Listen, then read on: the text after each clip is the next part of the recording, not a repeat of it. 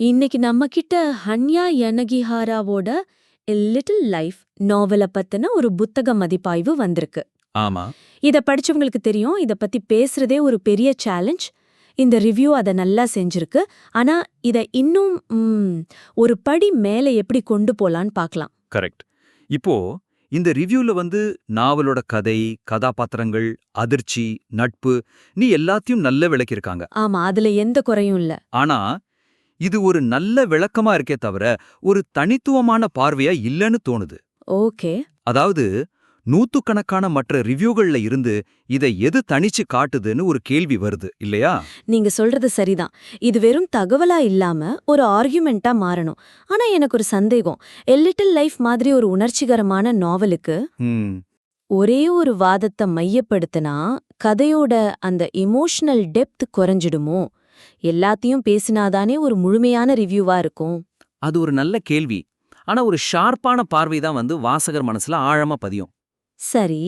எல்லாத்தையும் கொஞ்சம் கொஞ்சம் தொட்டு பேசுறத விட ஒரு பவர்ஃபுல்லான ஆங்கிள் எடுத்துக்கிட்டு அது வழியா நாவல் அணுகுனா அதோட இம்பாக்ட் ஜாஸ்தியா இருக்கும். உதாரணத்துக்கு சொல்லுங்க. நட்பு ஒருத்தரோட வாழ்க்கைய மாத்தும்னு சொல்றது ரொம்ப பொதுவான கருத்து. ஆமா, அது எல்லாருக்கும் தெரிஞ்சதுதான். அப்போ இதை எப்படி இன்னும் கூர்மையாக்கலாம்? நாம ஒரு குறிப்பிட்ட கேள்வியை மையமா வைக்கலாம். சொல்லப்போனா தன்னை நேசிக்கவே முடியாத ஒருத்தரை மத்தவங்களால எப்படி நேசிக்க முடியுது? ஓ, இன்ட்ரெஸ்டிங். இந்த கேள்வியை எழுப்பிட்டு ரிவ்யூ முழுவதும் அதுக்கு பதில் தேடுற ஒரு பயணமா இதை மாத்தலாம். புரியுது.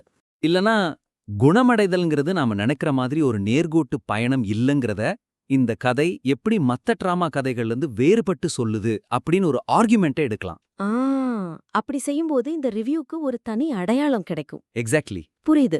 ஒரு மைய வாதம் இருந்தா ரிவ்யூ முழுவதும் அது ஒரு கைடு மாதிரி செயல்படும். அப்போ அந்த மைய வாதம் தெளிவா இருந்தாலே ரிவ்யூவோட முடிவும் தானா ஸ்ட்ராங் ஆயிடும் இல்லையா? அதேதான். இப்போ இருக்கிற முடிவுரை கொஞ்சம் பொதுவா இருக்கிற மாதிரி தோணுது. அதே பாயிண்ட்டுக்கு தான் நானும் வரேன். அந்த ஆர்குமெண்டோட தாக்கம் முடிவுரையில தான் முழுமையா வெளிப்படணும். ஆமா. இந்த கதை உங்களுடன் தங்கும் அப்படிங்கிற வரி உண்மையா இருந்தாலும் அது ரொம்ப பழக்கப்பட்ட ஒண்ணு. ரொம்ப கிளீஷேவா இருக்கு. ஆமா. அதுக்கு மேல அந்த உணர்ச்சிகரமான பயணத்துக்கு பிறகு திடீர்னு லைக், ஷேர், சப்ஸ்கிரைப் பண்ணுங்கன்னு கேக்குறது. அது கொஞ்சம் சம்பந்தமே இல்லாம இருக்கு. ஆமா. அந்த மொத்த எக்ஸ்பீரியன்ஸையும் கொஞ்சம் மந்தப்படுத்திடுது. ஒரு அருமையான பகுப்பாய்வுக்கு பிறகு வர்ற இந்த வேண்டுகோள் அந்த உரையாடலை திடீர்னு நிறுத்துற மாதிரி இருக்கும். அப்போ ஒரு நல்ல முடிவுரை எப்படி இருக்கணும்? அந்த மைய வாதத்தோட எப்படி இணைக்கிறது? நம்ம தொடக்கத்துல உருவாக்குன அந்த ஆர்குமெண்டோட இதை கனெக்ட் பண்ணணும். உதாரணமா நம்மளோட வாதம் தன்னை நேசிக்க முடியாத ஒருவரை பற்றியதுன்னா இப்படி முடிக்கலாம். இறுதியா ஜூடோவோட கதை நமக்கு உணர்த்துறது ஒண்ணுதான். சில நேரங்கள்ல அன்பு மட்டுமே ஒருத்தரை காப்பாத்த போதுமானதா இருக்காது. இந்த கருத்தை நீங்க ஏத்துக்கிறீங்களா? இது நல்லா இருக்கு. இப்படி ஒரு கேள்வியோட முடிக்கும்போது அது வாசகரை சிந்திக்க வைக்கும். அவங்களையும் அந்த உரையாடலுக்குள்ள இழுக்கும். இது வெறும் வேண்டுகோளா இல்லாம ஒரு விவாதத்துக்கான அழைப்பா மாறுது. வேற ஏதாவது வழி இருக்கா? இன்னொரு வழி இருக்கு. இந்த ரிவ்யூவை ஒரு குறிப்பிட்ட ஆடியன்ஸ்க்காக மாற்றி அமைக்கலாம்.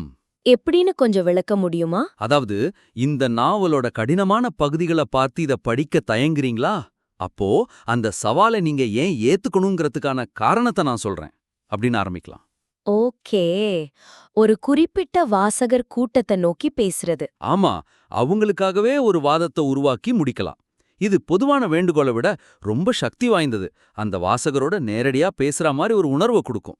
சுருக்கமா சொல்லணும்னா, இந்த அருமையான ரிவ்யூவை இன்னும் ஒரு படி மேல கொண்டு போக 2 விஷயங்கள்ல கவனம் செலுத்தலாம். முதல்ல, ஒரு விளக்கமா இல்லாம ஒரு தனித்துவமான மைய வாதத்தை உருவாக்கி அதைச் சுற்றி ரிவ்யூவை கட்டமைக்கிறது. கரெக்ட்.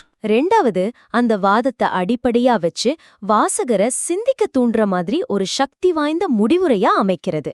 ஆமா, இந்த மாற்றங்கள் உங்க மதிப்பாய்வுக்கு இன்னும் ஆழத்தையும் தாக்கத்தையும் கொடுக்கும்னு நம்புறோம். இத முயற்சி செஞ்சுட்டு உங்க திருத்தப்பட்ட படைப்ப மறுபடியும் எங்களுக்கு அனுப்புங்க. அத பத்தி பேச நாங்க ஆவலா இருக்கோம்.